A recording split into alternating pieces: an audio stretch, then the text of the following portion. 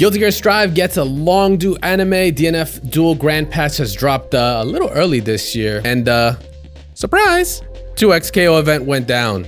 Welcome to Double Tap. This is the podcast dedicated to everything and anything in the fighting game community. I'm, of course, Crash. And with me, I've got my slew of hosts to take on throughout this show with, we got StaticGorilla. What's up? Glad to be here. We've got Mezza. Hello. And then we've got the voice of reason that's holding us all together here. We've got John in the building as well. You got to hold it together, man. You can't let them know you messed up. You can't let them know you messed up. Did you see the fear come over his eyes? Keep going. Welcome, guys. Welcome, of course, for all our returning listeners out there to checking out this episode. And, of course, for our new listeners that are stopping by for the first time, we appreciate y'all click and play on this. For those that don't know, obviously, chapters are available on YouTube, Spotify, and any platform that supports podcasting 2.0. We got a lot to get into, so let's get started with, actually, right there on my hoodie. Whoop. Oh, hold on, this way. Whoop, there we go. Yeah, 2XKO. What a surprise. For those that are in the know, 2XKO had an influencer event out in Berlin. We had a bunch of influencers post up about it, that they were doing some sort of event, and they started going over social media. Well, guess what? You know, secret's out. I worked it. It's my job. I was there, I got to press some buttons, I got to play some fighting games with some really awesome pros for the first time and got to experience the game again. So, some quick premise here. The game is the same build as Evo Japan. So there was nothing really new in that sense. It's what people have already seen out there, but we got to see it in the hands of some really talented players. We had, of course, some of the devs there and a QA, people such as like Apology Man, Yohois was there. We've had Broski there. We had Damascus. This was actually right before DreamHack Sweden went down. So this was like a pit stop for a lot of that talent that was going out to actually compete. Yeah, man, it was a really dope event. Shout outs to everyone that was involved in it. Shout outs to the homie Manny Blaze from TSB. He was out there hanging out. We got to kick it for quite a bit of time. And yeah, got to press some buttons, man. It was an experience. I knew the event was coming up. I knew I wanted to work it to help out there anyway, shape or form. Obviously, it's fighting games is what I love. But to actually see it actually being played by pros from different games, Luffy was even there. Luffy was actually there with his PlayStation control and everything, which was like, I had to explain it to some people. For those that don't know the premise, obviously Luffy, in previous Evo champion Street Fighter 4, plays on an original PS1 pad. Still. Like not even the DualShock, bro. Like it is just raw dog. And like it feels like there's nothing there. Yeah, he's the I'm not making this up. I don't know. I see the eye squinting. Dude, he does play on an original PS1 pad still. He has to have a stockpile somewhere. I don't understand. Like he won 2014 Evo with that same controller. I was exactly. There. Hey, no mistakes, man. No mistakes. Very, very, very early pioneer on the pad play there. He just took it way back. But yeah, he was there. I got to hang out with Samuel as well. Got to actually kind of coach and sit down with him. He is a previous Capcom Cup qualified player and all in Street Fighter. So it was really cool to see these players, like I said, from different games that like aren't used to the same kinds of footsies in like what a tag game is. That was like the biggest hurdle I was noticing, especially when, like I said, when I was playing with anybody that was coming from Street Fighter. Their biggest thing was like, I don't know how to footsie here. I'm like, footsies in a tag game? Like I had to kind of go one-on-one. Footsies in a tag game, especially, you know, if you're talking your Marvels, your BB tags or whatever, is a different kind of footsies. Like sure, you are pressing buttons, but like your assists are like your footsie tools, right? They are what help you kind of gauge and kind of help punish and all. So it was a really cool experience in that sense. I did play, like I said, it was the Evo Japan build, so I got to play Ilaoi and Ari, which I had Ari point, and then I had Ilaoi as my second character. I almost said battery, but yeah, I switched that up. I went Darius and Ari. I got hit with some Darius stuff, and I was like, yeah, this character's dumb. I need to play this character. And then having Ari as my back end, I was getting Ami vibes all over again because that assist is just ridiculous. So let me ask you this, because you've had hands on. Do you feel that there is enough characters, kind of like going to what you were gonna say, which is like the battery and stuff like that? Obviously, they're gonna get a whole new technical vibe to it because it seems like the characters are different. But like, do you feel that there's enough characters being played more as a secondary back assist versus some of these characters playing more on point, or is everybody just interchangeable completely? I think right now it's kind of hard to say because it's like a small amount of characters right now, right? It's still early. There's only so many that are out. And as the roster kind of expands, we're going to be able to, you know, see like what characters really will fit more as the tech also grows. So it's very, very early on. But there are, you know, that's why my switch was a big thing. Like my time there, I was like playing Alawi as a anchor and then Ari as my point. Like kind of was cool because, you know, Ari has an air dash. I'm a Guilty Gear player and I'm like, yes, I'm at home. But then once I kind of like flipped that and I had Darius up front with Ari back up, I was like mopping because it felt way better. It felt better. Like there are just right now, there are just definitely some strengths to some of these characters in some positions at the moment. And once again, I was also only using like the Fury Fuse, which is like the kind of like the comeback one where it's like you have to get it at like 20 or 30% health and you can like kind of dash once, kind of do a dash cancel on once, and then you can also have like basically X Factor. It really is just a pump in power. So I was still doing very basic there. Once you kind of start going into these other fuses like freestyle and such, like it kind of the game starts cracking open a little bit more, and you start realizing how dirty more of these characters can be in many more situations. So all of that is kind of like everything I'm explaining to you guys is how these players had to kind of really, players and influencers had to kind of experience it, which is really, really cool. Everybody was just rocking out. It was they got addicted to it really quick, like a lot of us did, which was like a really cool thing to watch. It was a very old school kind of vibe to it when it comes to having a session. Now, question, you were talking about, you know, using two characters. Are they really pushing the 2 players to 2 players thing? Were you doing a lot of team play? Because I felt as though I didn't have much fun at Evo when I was playing by myself against 2 others. Funny enough, I think a couple of them did, but it didn't happen that much because it was a lot of their first time. So as players, you just want to like understand.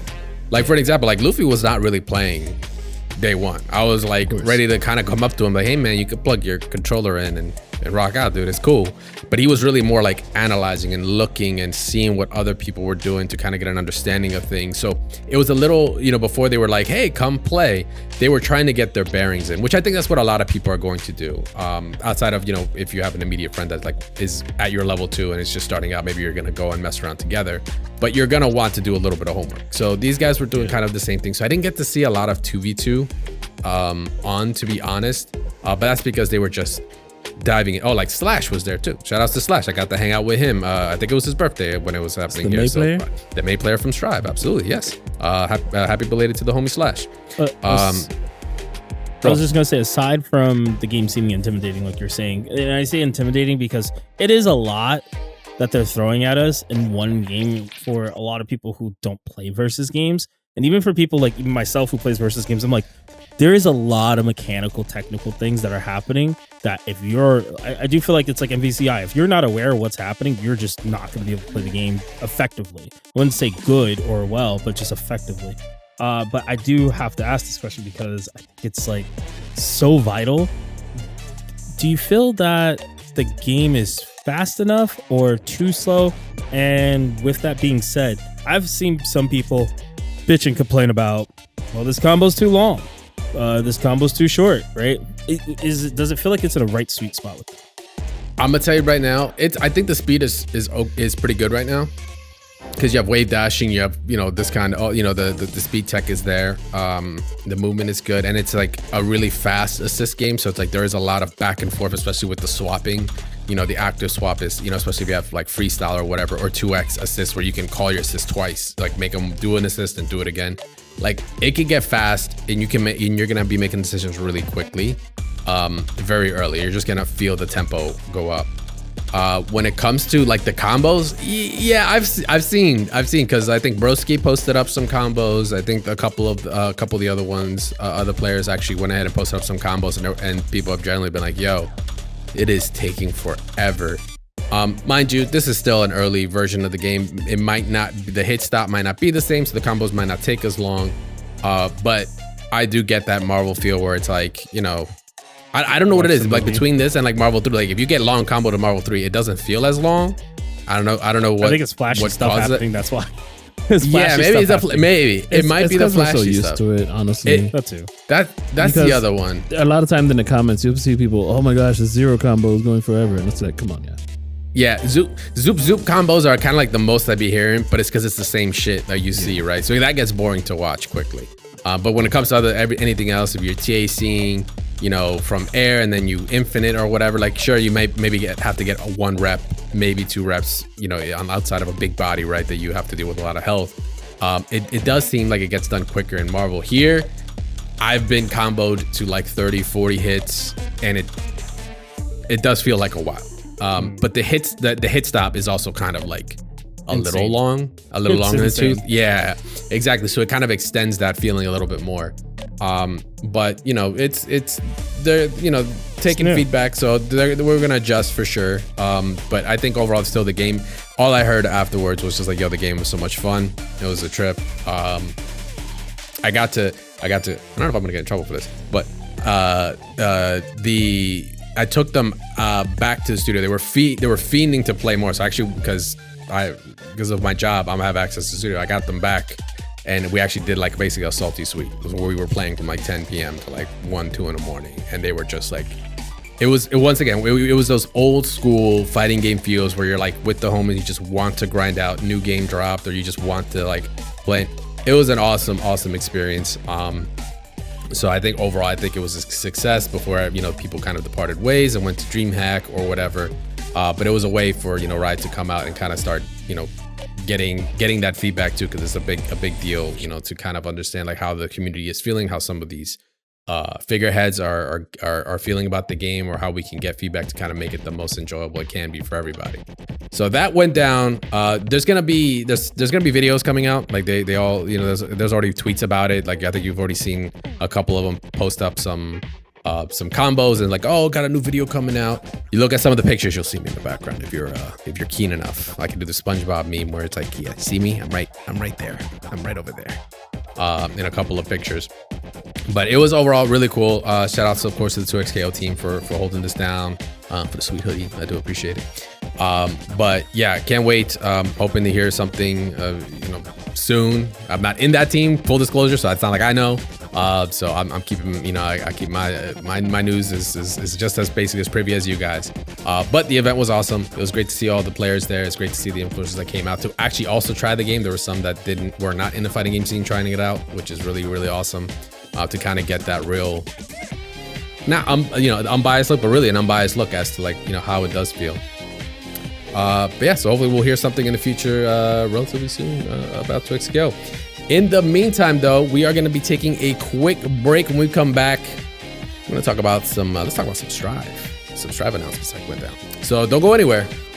Keep right back.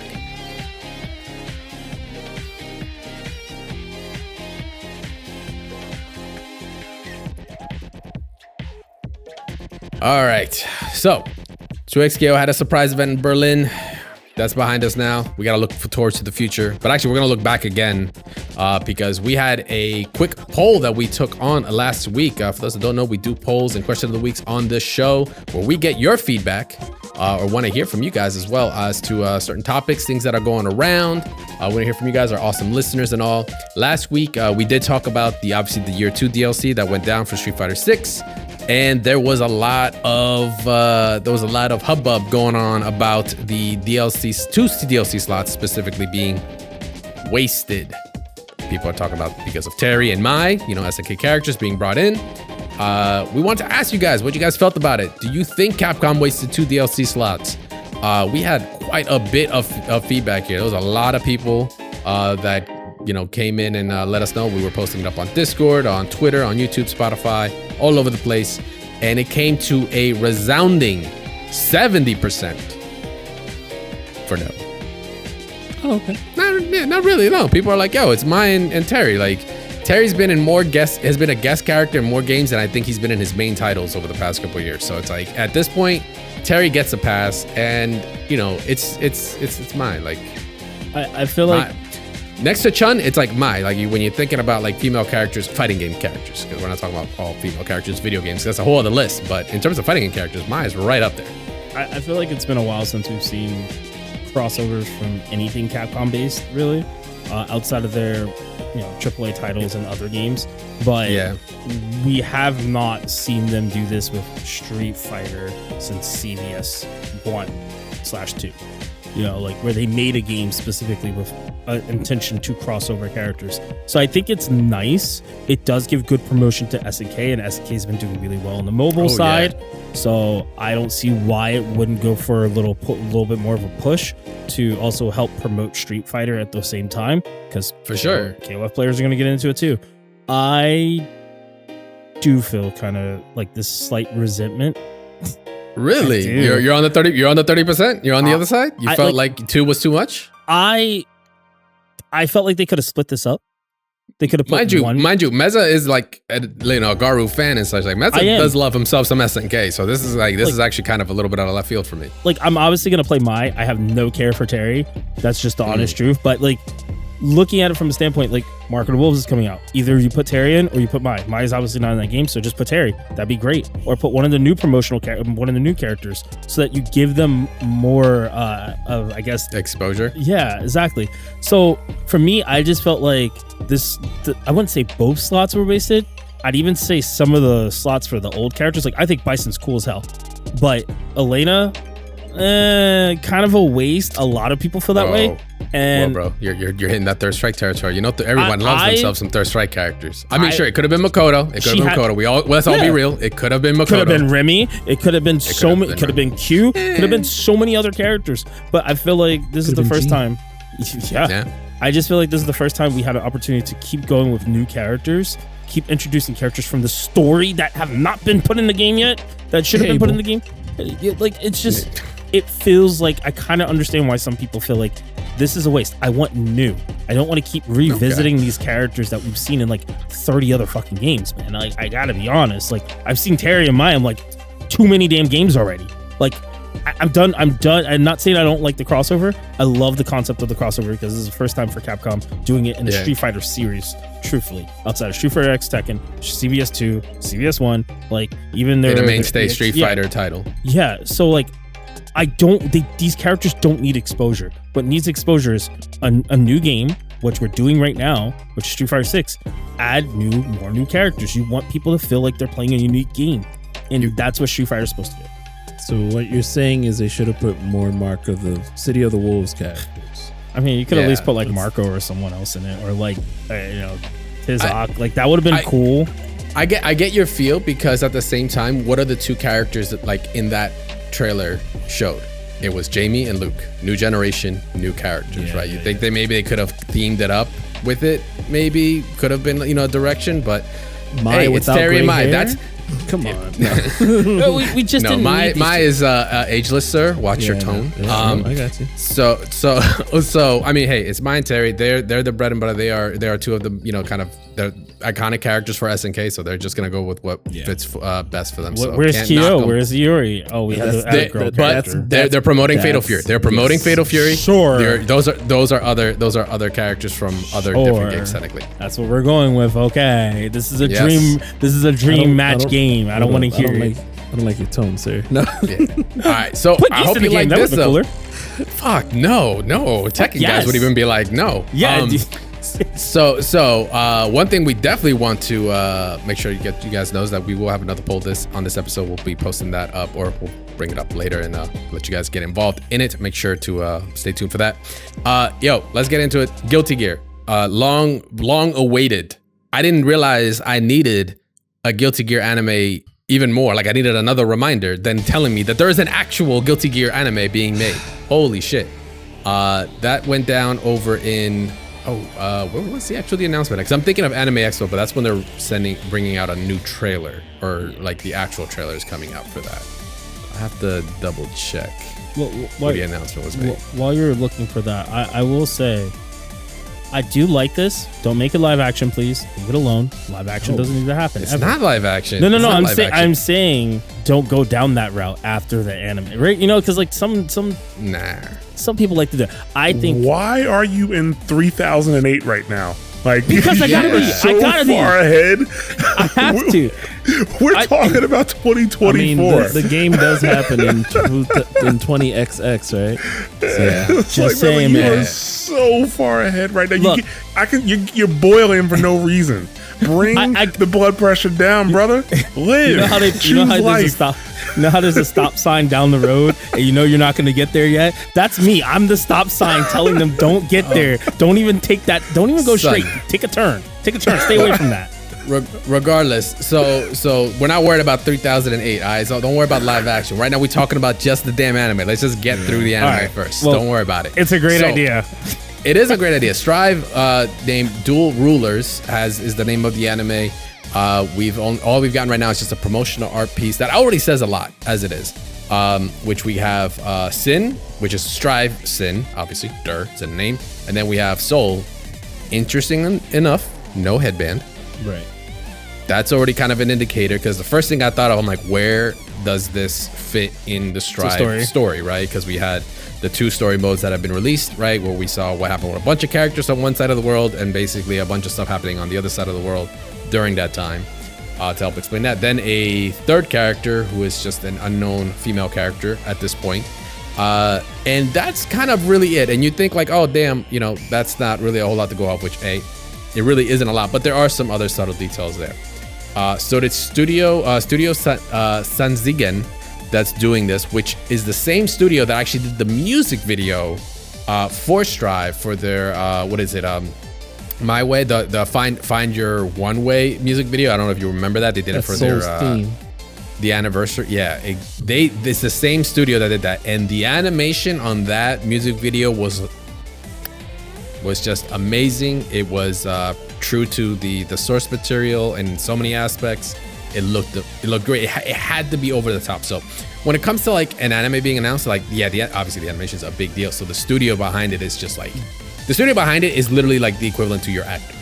Like you just gotta pick the right one, because some studios are not gonna give you the same product or might not be the right fit for that actual specific like IP itself and what it's supposed to show. No, that music video, that was like to be like their resume.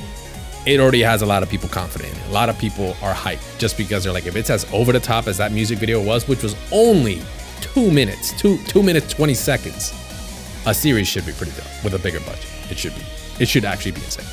So I'll say firsthand, I'm already pretty sold on this because wait, what? That was a pun. You said soul. Oh soul. my, this guy, bro. No, I personally like the company that they chose strictly because they did a lot of my favorite animes, which is Initial D, and they've done a phenomenal job on that. So, and they have a lot of other animes that probably are unheard of, but I do like the choice because I think they did those really well. My only thing is it a show or is it going to be movie, like set of movies? And I'm pretty sure it's probably going to be shows, but TV. Like episodes. I don't it is care a TV. where It's a TV anime adaptation, so it is. It should. If it's going off of that, it should be multi-episode. So that's. But we're gonna get way more detail because there is a actual Anime Expo trailer that is going to be dropping. They even have the website's up for it. But it's got a countdown to it too. That's how they're like, just in case you wanted the seconds, down to that. 16 days, 18 hours, 42 minutes, and 24 seconds currently until we get the big reveal at Anime Expo as to what it's gonna be like, or maybe also what else their plans are gonna be for it. I guess my only speculation is, does it really matter? So I know people love things that are canon, but I'm kind of like, F it.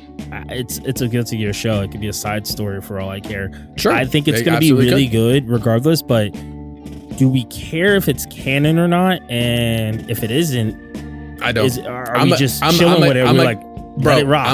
I'm a Guilty Gear fan. I just want to see some Guilty Gear in this form because it's like needs to just be that. Like it just never existed for me before. I just want it now. What about you, Static? I would prefer. By the way, Guilty Gear Reload is one of my favorite games of all time. Now, I would prefer that it is not the current lore. Like, show us the lore from the beginning for new people that are gonna watch it. Like, because it has to explain a lot, because it is definitely confusing. Because what? Go ahead, John. No, I'm gonna let you finish because I don't want to interrupt you. I don't want to interrupt you. Go ahead. But after you're done, he's like, I'm a shit on you. Because before it really wasn't, and now I'm like, man, what did I miss? And why is, I don't know. What I'm saying is that I just hope they keep to it. And but also I feel like if it's going to be Strive, because obviously it's Strive related. It's going to be Strive. Yeah, like it's honestly for me a bit too late. Does that make sense? Oh, because like if it would have come out side by side with it, because now I think the game is already aged enough. Again, I've said it before, this game is the oldest game at EVO besides Third Strike. This is the oldest current gen game at EVO. So like I don't know if it feels a little too late for me to make it as just Strive. Okay. Who knows? It might coincide with season whatever, the next season 4 then. I don't know. While I understand why you feel the way you feel, right? Like that it needs to start from the beginning. It is a logical thing to think. I think the thing that you got to realize is that, you know, when these like, you know, game companies are licensing their product out to be put into other forms like TV shows and stuff like that, think of it, it's not just because they're like, people will love a Guilty Gear anime, so we're going to do it. People would have loved Guilty Gear anime 20 years ago, right? Yeah. It's because you have to think of it more like Transformers. Transformers, the cartoon, only existed to sell toys. That's why it existed, to sell toys. Actually, a lot of the cartoons that we had in the 90s only existed to sell toys. Yep. Static Shock got canceled because they didn't think they could sell toys for it. You know? So, like, that's how you kind of have to, like, think about this, right? When they made Edge Runners, they did it because they wanted to sell Cyberpunk, right? Which it did its job. It did its job. It didn't just sell it. That shit resurrected. Resurrected. Talking about that anime every time. Yo. So on top of that is also, you got to think of the timing though of how the industry has kind of been affected in how video game adaptations and shows have immensely have gotten better. Like what the returns are when you do it right. Because Fallout didn't need an origin story to know what the hell it did, right? I don't need to see Batman's parents get shot again to get a good Batman movie or story, right? Like, all right. I don't need Spider-Man to know, like, you know, Uncle Ben gets shot. But I feel bad for him after a while. I'm like, oh, another movie, and you know, Uncle Ben's like, oh shit, I gotta get shot again. This sucks. You gotta think about it. But the timing of what you said though, Static, is like Strive came out in June 11, 2021. And not to always bring this, you know, full circle, but like what other like what kind of started that same year of the potential of taking your brand and putting it like a gaming IP and actually making a good story that could help elevate the level of exposure to that IP to the masses? Arcane came out that year. Yeah. So things like that massive kind of a shockwave was like probably Arc just was like, yo, this shit picked up. They definitely been working on it since like as far back as it could be then, when they realized the game became more mainstream. Like, hey, how can we elevate the Guilty Gear brand, which is its most mainstream it's ever been? How can we now go next? Hey, let's throw out a show. Even if it's 3 years down the line or whatever, it's fine, but it could still make a resurgence. Or not a resurgence, but it will still make waves regardless. My last thing, for as long as it's done right, as long as it's done yes, well. And that's the thing. That's why I didn't like the story, the first chapter of story, the first story mode. I was like, I don't know if it's that I'm watching this on a really good TV or if it's just really bad. But that's not an anime. All I had to show you, first of all I have to show you is that animation of Jacko getting into the fucking bike that looked like it was an intern that did it and only had 2 hours to do it, and they said, we gotta ship something. I will find the clip. It's happening right here, right now when you see this on YouTube or on a short. I'll give it to Ja. Yes, that you can't even put it on the same level. That their budget did not go into making those cinematics like the best they could be. That's what this is gonna come in to do and show those stories in this kind of medium. So, you know, to add to that though, well, I hope when I mean hope it's written well, because if they're gonna put Soul and Sin as kind of like the poster boys to deal with whatever's going on, their relationship and like, you know, what their characters, they need to make sure they're written correctly, because there's already a connection, a bond between the two that we don't know of like that, or we haven't seen enough of, right? Since like after Exert, right? So there's a lot of stuff they can pull from. But I hope they kind of, my hopes are they kind of center around that, especially since Sin is supposed to be the new way, right? New generation. Well, I think that was part of the story in Overture, which nobody played. And yeah, exactly. So, you're gonna make people go back and deal with that? No, nope. No, I don't want to go to PS3. I think like properties like this work best when you don't try to tell the story that's been told in the game already. Exactly. It's best when they use it to fill in gaps something or tell additional story or something like that. That's because you know why that works? Is because one, the new audience that's gonna check it out is not gonna know the difference. Yep. And then two, the fans that know this shit are now not gonna get mad when it's not correct. It's a recap. And now you're like, you know what? That was a dope story. It's like a recap, or it's just not done as well. Like for like the Last of Us TV show, for example, right? I would tell people all the time, you are much better off not knowing anything about the Last of Us and watching that show. I think it's still a good show. I think it's a good show overall. But comparing the performances of the game cast versus the performances of like the TV cast, it's like, it's no comparison. It really is no comparison, you know? So, but that's the thing, and a lot of us are so into these series, right? We're so into these games, you know, we can quote things that we heard 20 years ago in a game. So we're more sensitive to it. So it's just better to avoid that whole situation, you know? Even if it was just text on a screen. Yeah, exactly. Because it was in our head. Because it was in our head. You know what would be the most iconic thing right now? Not to sidetrack, but if they just did a trailer, a 20-second trailer, where it just shows Snake, and I'd be like, oh, let's go, baby. We're getting a Metal Gear Solid live action. Well, that needs to happen, though. It's okay. I'll take Metal Gear Solid 3 Snake Eater remake. Yeah, exactly. I'll be fine with that. But we just need a live action now. That does look amazing. I think if anybody wants to take any proper formula, considering it has lore, it has a backstory, it has a shit ton of stuff that you got to cover, and they didn't even need to cover everything. We still kind of either knew the story or people got into it. Arcane did it the best, in my personal opinion. They were so effective that even I was like, well, shit, I know the story, but damn, I know the story now. Like, this is, I'm into it. I'm sold, even though I knew it. You know what I mean? More about League of Legends lore starting from that than anything else. But so put it into perspective, Gabe. Do they need to know that Sin was born because Dizzy lost her eye, and then that eye then became Sin as a baby, and he's only like 7 years old? Hell no. I didn't make anything up about that sentence. How are you going to explain that to a regular audience? That's actual lore. All right. Sin came from a god. Here's my lore. This is easy. Kai and Dizzy had a baby. It is Sin. That's Dizzy's 7 years old. Or just show a video of see? Something once again, I didn't make anything of that up. That's all right, see, I'm not even going to get started. Close the book on that. Listen, just make it written right, make the characters right. We'll have to wait and see for Anime Expo. We'll break down that trailer when that happens.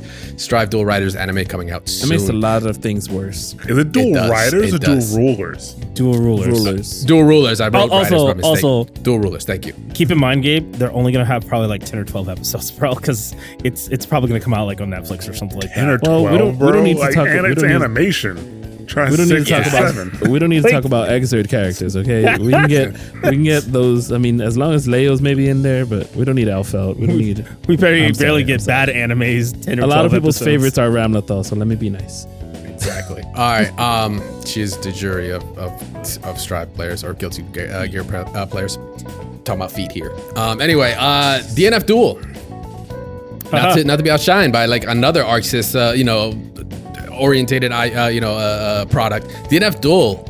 Mezza's already, I'm pretty sure, just getting ready to go in, but there's a new patch that is coming out on I think it's the 18th. Tomorrow. It's supposed to actually drop. Oh, it's tomorrow? Okay, sorry. Yes. So it released earlier. Sorry, tomorrow is the 18th. It got released on earlier though on the Switch. I believe it was on the 13th. It dropped a little earlier than expected. So we already got a look, and they've released patch notes since to see what this new patch is coming in with. I got to see a couple things on my timeline Some characters are looking kind of busted. I hear Machinist is kind of insane, but we want to hear from Mezza, the resident expert on it, to kind of get a feel for like, yo, what's this patch looking like? How's the direction? How are you feeling about it right now? Okay, so first things first, I'm gonna state this right off the bat. It is not the grand balance patch because we already had the grand balance patch. So we don't know what we're gonna call this as a community, but it's gonna be dictated by how the game shifts, because right now it's shifting into a good direction. They've increased guard bar damage so that, I mean, they've increased the guard bar so people aren't getting completely blown up. So this hurts a lot of characters, but this also opens up new doors. But characters are going to be still blowing up your armor. They've added a few new moves to characters, so it's kind of like that Guilty Gear Strive concept where it's like add like to some characters, but we don't understand currently as a community why they added only to like 3 specific characters instead of saying like, hey, we're gonna add over time more moves to characters, which is fine. I mean, I think it's a reasonable thing. But the patch so far, from what we've noticed, we've sat in the whole lobby with a few people running the Switch version, just checking it out. Obviously, no one's really playing matches like that. We're just learning. There is a lot of changes, even possibly changes that we're not sure why they did it. But it seems like the direction of the game is going towards what we said before, which is a high octane damage game with guard breaks and lots of, I guess you could say it just has lots of high damage. That's really kind of what it is. But they did a good job with adding 100 health to every character. Not sure why some characters got 100 health when it pushes them down to like 1200, which is a little bit much.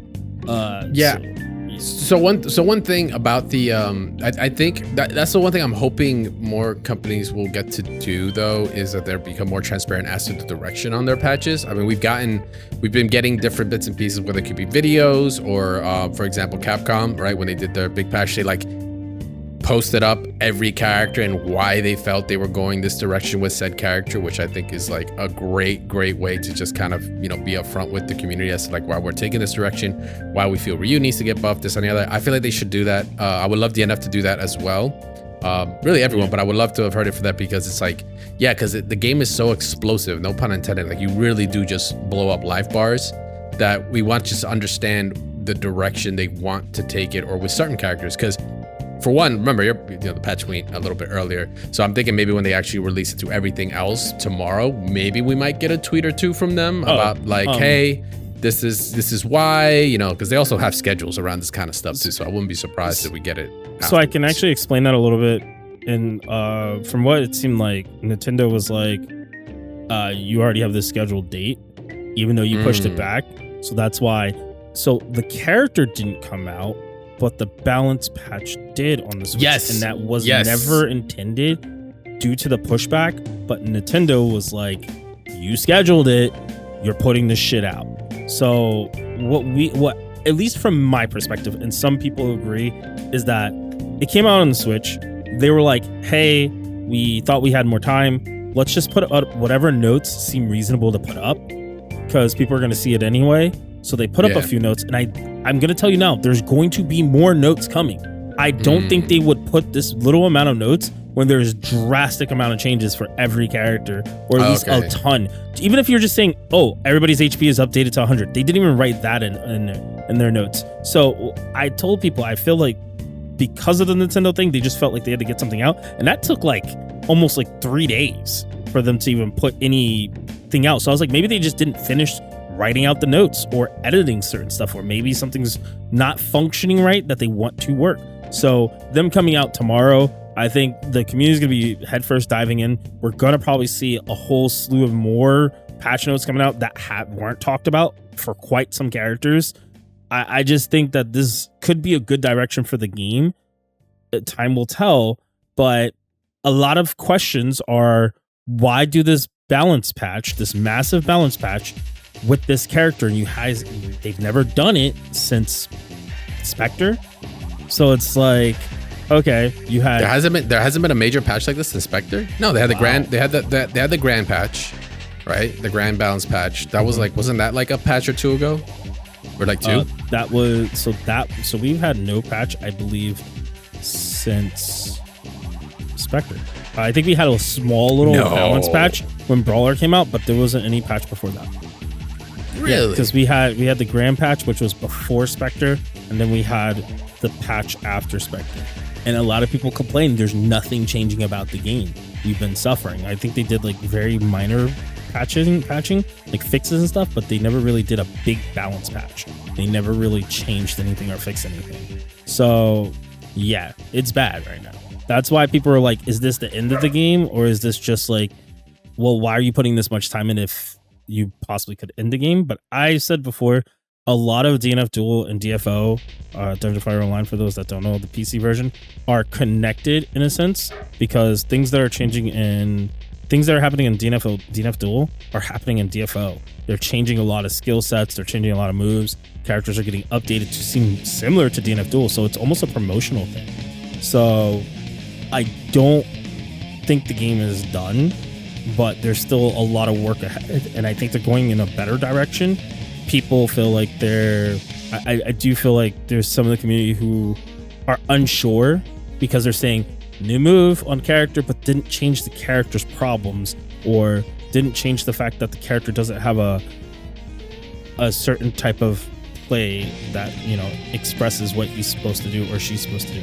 I think they have to realize that they're not going to overhaul every single character to get to that point where you enjoy the character like you used to. And yeah, some characters changed that shouldn't have, but I think they're trying to give more uniqueness to characters. Maybe it's not this patch. Maybe it'll come the next patch if there is one. But people have to kind of be patient. Just to kind of echo, actually, Mezza is 100% correct. It actually wasn't listed even on the official site, an official balance patch since the one right before Spectre. So it was like the big balance patch, and like Spectre like came out like right afterwards. But then it's just been fixes and just like adding characters. But yeah, no actual. So it's about a year almost. I think that was dated 6/18 or something like that, or 7/18 or something like that.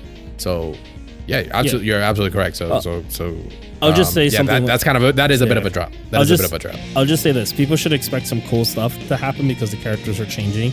So like Swiftmaster, for example, is now getting a tap in the air that's angled down.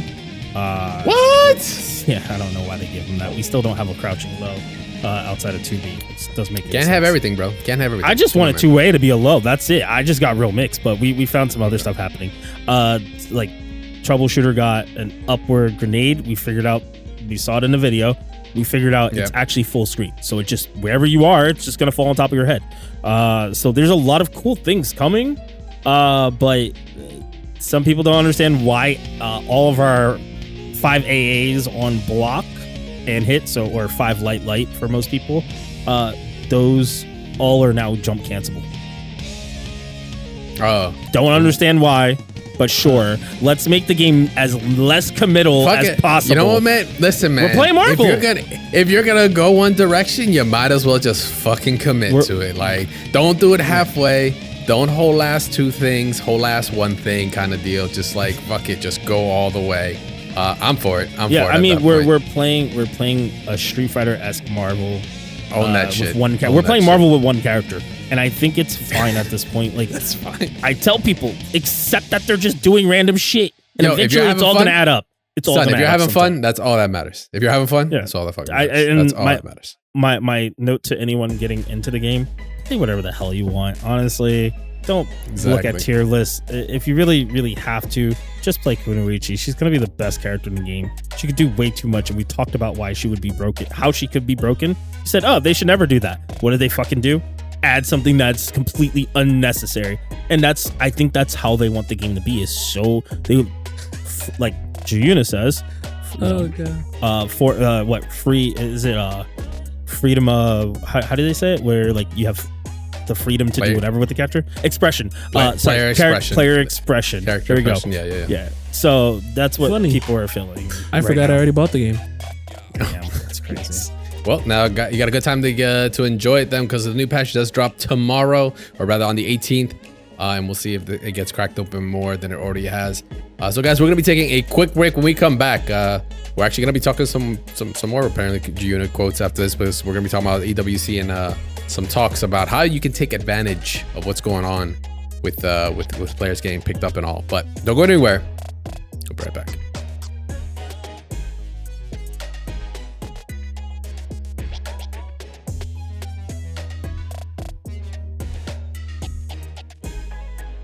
All right, and we are back. We got one more some pretty cool discussion to get into, centered around EWC and all. But before we do get into that, we do have a question of the week that we asked you guys last week. Once again, this was we were covering the year 2 of Street Fighter and the DLC and all. We did ask earlier, what you guys felt about the slots that were being used up for the DLC. But the other question is, since hey, Capcom's getting all guest character happy.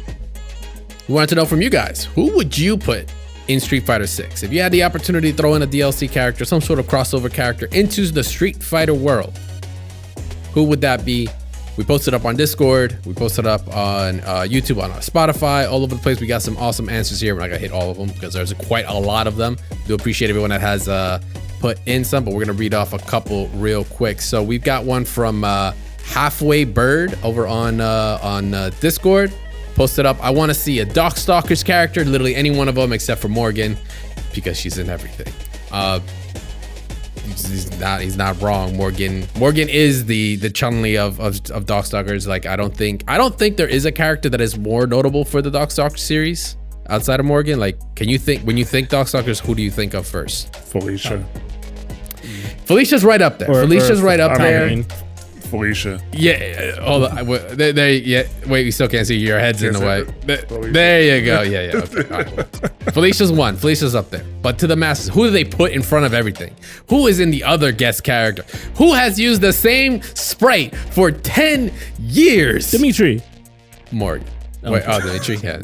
Yeah, technically. I feel like Jeddah and Talbane were kind of like at some point. It's Morgan. Stop. Well, I know that. I'm saying stop at one stop point. The cap. I'm saying at one point. Anachrus, maybe.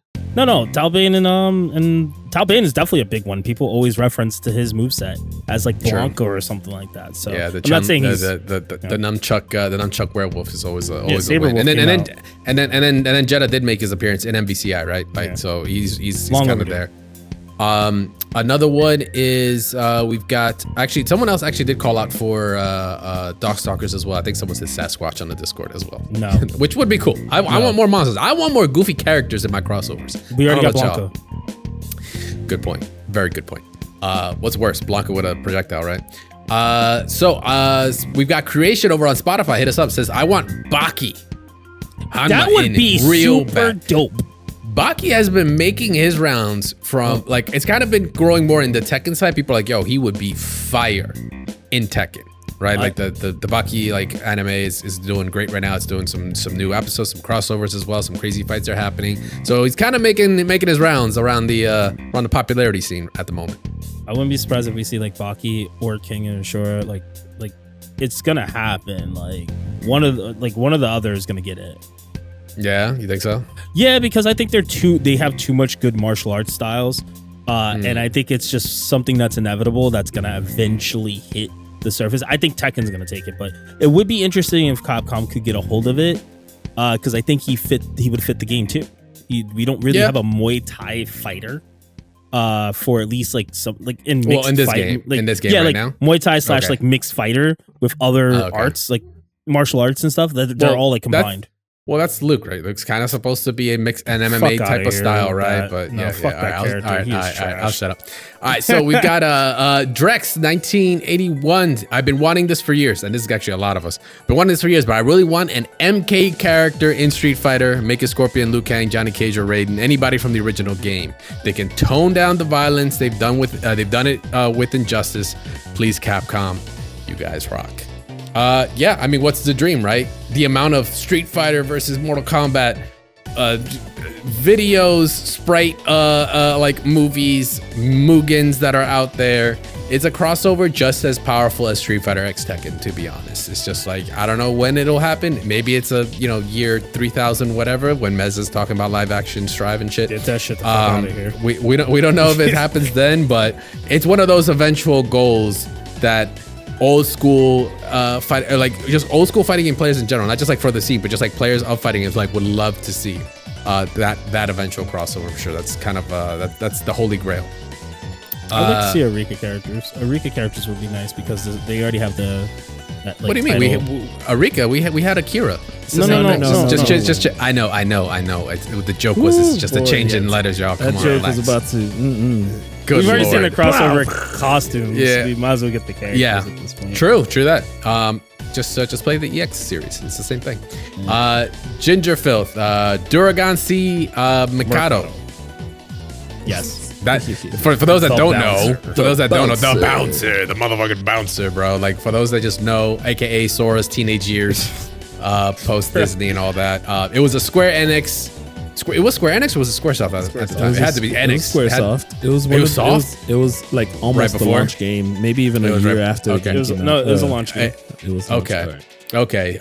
It was during that whole because Nomura, Tetsuya Nomura, primary designer for games like 7, 8, and including Kingdom Hearts. The main character has a lot of similarities to Sora, so it's like ongoing meme about that. But it was just a beat 'em up. It was That way like, before pretty 10. dope. It had like a Yes. hue of weird CGI graphic above it. Yeah. It was a very unique time. But hey, the bouncer, why not? It's a Ragdoll that'd be effects. Where's the bouncer that'd too, be man? sick. Where's the bouncer Bouncer too? 2 win. Bouncer 2 win.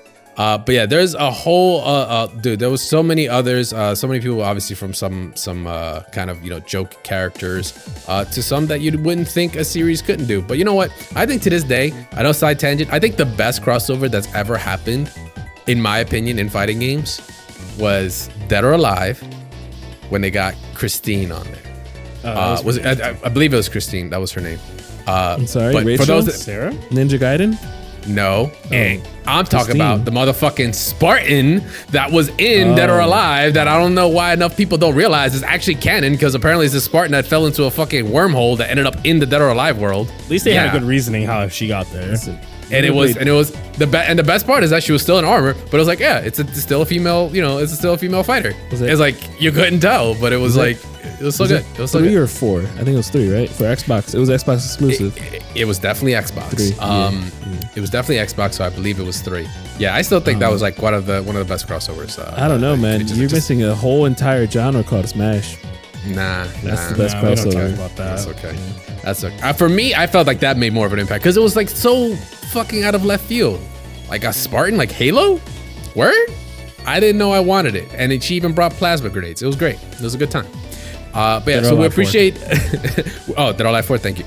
We appreciate everybody that submitted. There was a whole slew of answers in there. We're gonna be posting up another question of the week for you guys in a bit. So we're gonna get involved. Stay tuned for that. So in the meantime, we have our last topic of the show, which is a really interesting one. So EWC, Esports World Cup, is around the corner, right? It's happening in July. And we have one more qualifying event, but the qualifiers are building up. DreamHack Sweden just passed over the weekend too. We've got a bunch of Street Fighter players that have qualified. We got a bunch of Tekken players that have also qualified. You just have to make top 8. There's been a lot of movement, including I got to catch some of it. Luckily, because it's in my time zone, so it wasn't that crazy of staying up to watch. To put in perspective, I think it was 12 this time. That would have been like 6 o'clock for you guys in the morning. And I know most everybody here has work and stuff, so it's kind of tough to kind of catch that. But yeah, so that went down, and basically we're getting that much closer to some insane prize pools, some life-changing money for players who end up even just qualifying into the event, into not even first place. Like there's a lot of money to be going around. And during the event, it's kind of something that it hit me. I was like, I started recognizing players with tags of certain companies that I was like, I didn't know they had a fighting game division or even picked up a fighting game player.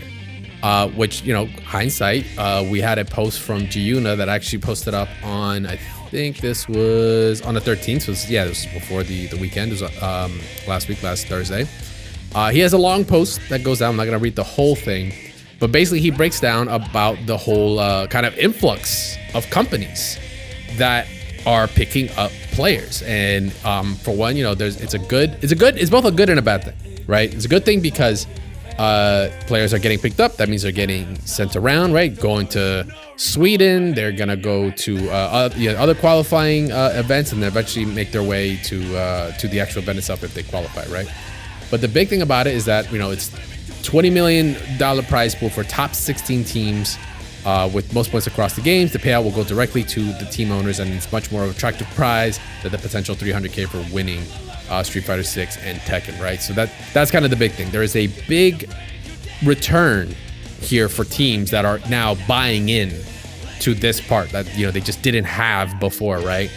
Which is okay. Once again, like at this point, I'm like, yeah, that's fine. That's great for us, right? But the thing that was brought up, which I give mad respect to Giuna for bringing up about, is just really for the players that are going to be put in this situation that maybe have never been sponsored, right? Don't know the industry as to like the game of being a sponsored player and how deals and contracts work, right? So it was a really cool post. So it kind of goes on to some really key details here. For one, off the rip, if you're for the players that are signed, obviously it is what it is. Hopefully they did their due diligence. But if you're put in a situation like this, goes in general, not just because of EWC, but in general. If you're ever presented a contract, like really look over that shit. Like this ain't a end user licensing agreement, right? Like scroll down, accept, whatever, right? It is what it is. No, this is a contract, man. There's going to be stipulations. There are things for you to give. There are things that you might be signing over that you're not aware of. It could be your image, the licensing to yourself in perpetuity, like being able to use you as a figure for whatever reason, shape or form, with or without your consent, without your input in it, right? Things like that. So get this stuff checked out, right? Make sure to get a lawyer, get something consulted on it. Like it's a 101 basic when it comes to contracts. I'm gonna say it as clear as day as somebody who has been on different organizations, been part of different organizations, and been part of a startup organization more than once. Even if it isn't or is a big one, you still need to require contracts. I think that's the biggest thing. So I gotta say this because a lot of people do come to me still and ask me, hey, what should I do? I'm like, first things first, do you have a contract with them? Oh, no contract. I just don't have I don't have anything to bring to the table. Okay, you just won XYZ. What are you talking about? You're bringing plenty to the table. You have potential. They came to you.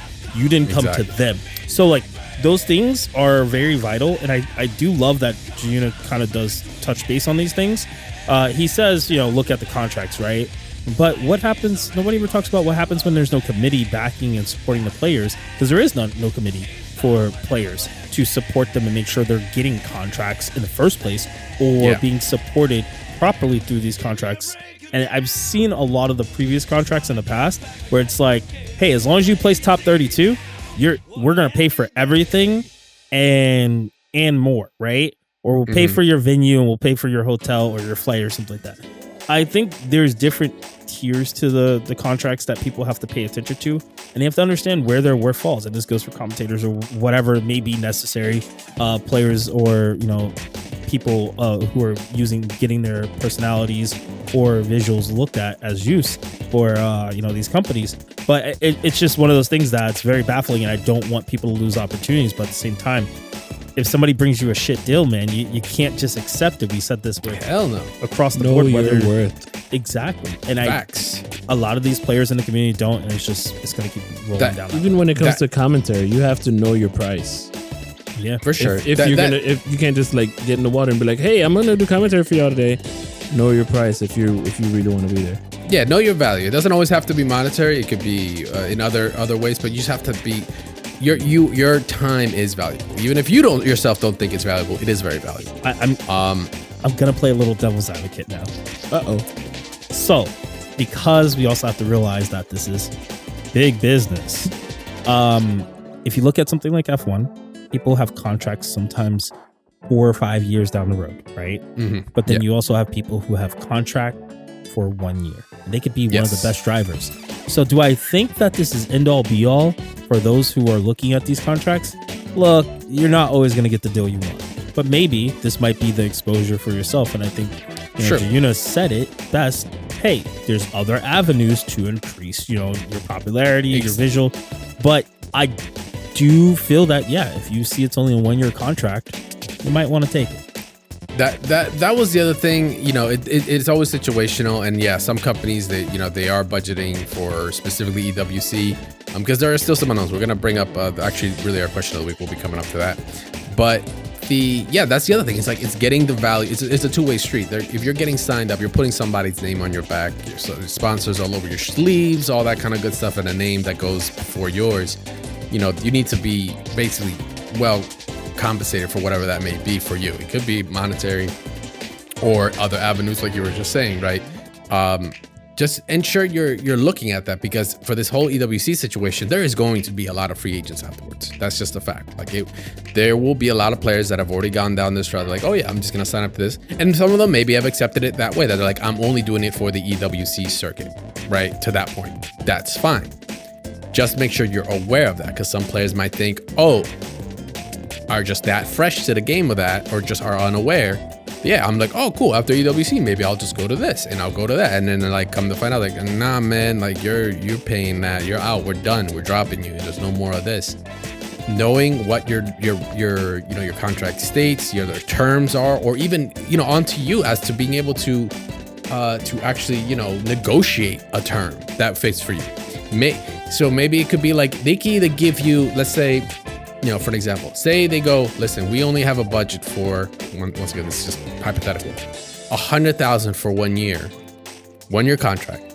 Maybe you're like, yo, you know what? I can see value in maybe, and giving you access to be able to like market you or whatever for 1 year. It's like, okay, hey, is it possible? Can we do 3 years for only 30? Or fuck it, can we do 5 years for 20? Right? Yeah. It's still in that budget. It's still within that, like, but there's ways where you can negotiate that to maybe you'll get more value. Like, yes, you're like, oh my God, you're getting less money for the year. Sure, but maybe you're getting it in other places. Maybe you're also a content creator. Maybe you are working a 9 to 5. Ain't nothing wrong with being a sponsored player and still having a 9 to 5. There's plenty of unsponsored players that are killing it that are working 9 to 5. Right? Like, let's not be picky here. I done did it for a while. Idom was doing it. I wish I remember homeboy from that qualified and got to TWT. Like family man, literally just like, yeah, I just work and I have my family and then I just play when I come home from work, and he fucking made top 8 or some shit. Like, yeah, or 9th place or something like that in TWT for Tekken 7. Like, not knocking anybody. You don't, unless you want it to be your focus for that entire year and you want to just go burn all 100,000 1 year or something like that, sure, go for it. But just know what you are giving up in that. I just think that at this time and point, we've already gotten kind of like a pseudo players association. I know we talked about Sherry before, kind of helping build that to some degree, but I think now we're moving in the direction. I think after EWC, we might see something come forth where there is a players, not just a players association, but a players committee, where we have maybe like 6 top players and some prominent figures that have some good backing to kind of be like, hey, come to us.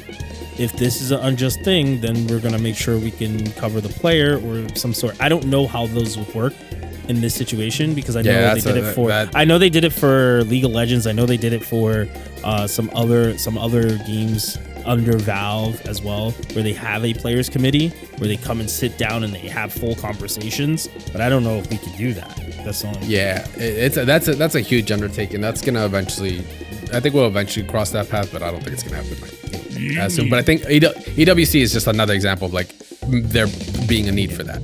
Yeah, you would need EWC more than a few top players. Yeah, like you need more than a few top players.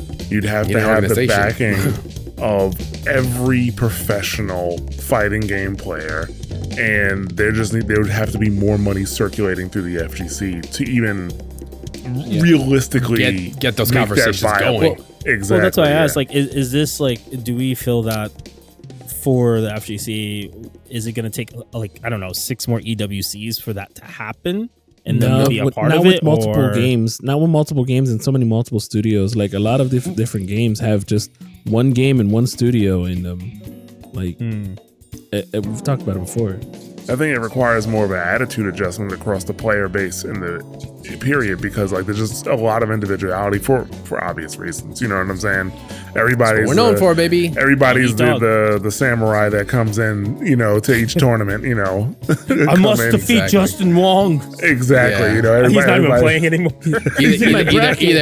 either we're a bunch of Ronins in a world that wants us to be samurais, right? Like, There you go. Yeah. That's what it is. But I also think it comes with the open tournament format, because obviously invitationals are more in a different light, whereas open tournament is still the way we want it all to go, but it's not lucrative to any sort of person. Exactly. And even the ones that we do have are game specific, right? John and just agreed with me.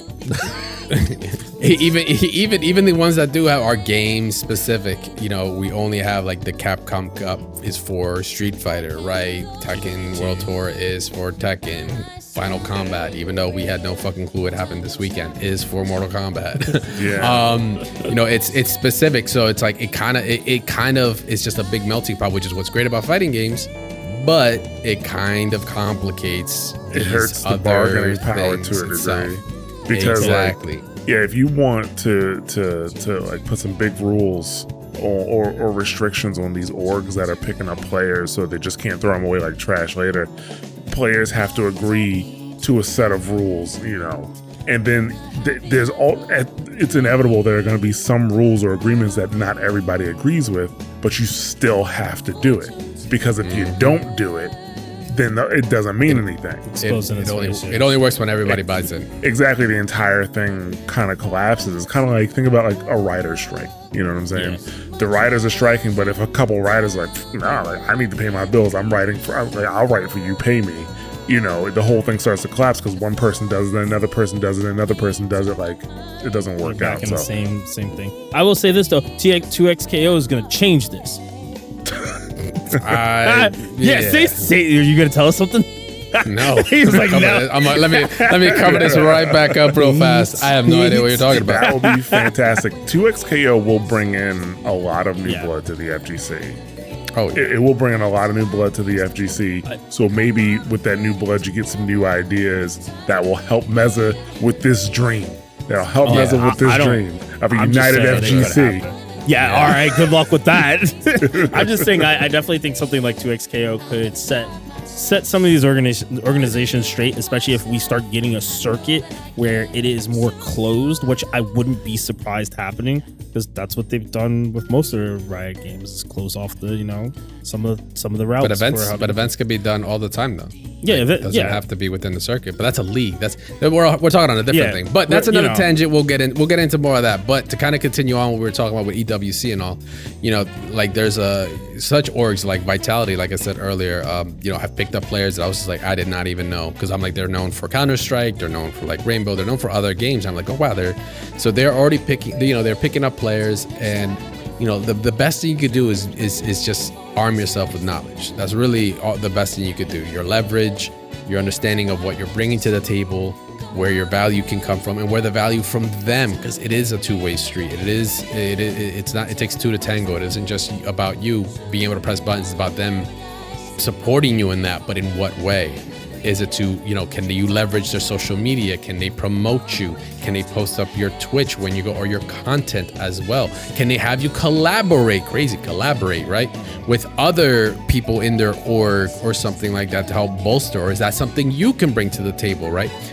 These are things you should be taking in stride when it comes to these negotiations. EWC has just been like the quickest, you know, it's just the latest version. It's the biggest one, obviously biggest prize pools. It's insane, so a lot of eyes are on it. We don't know if it's going to be the same effect if it happens again next year or in 2 years, 3 years. Like, you don't want to get caught slacking. That's basically what it is. I mean, there's still a lot of big events that do this, but I will say one person I will reference is Rob TV. He kind of said it best quite a few years ago, is there's no more being just a top player.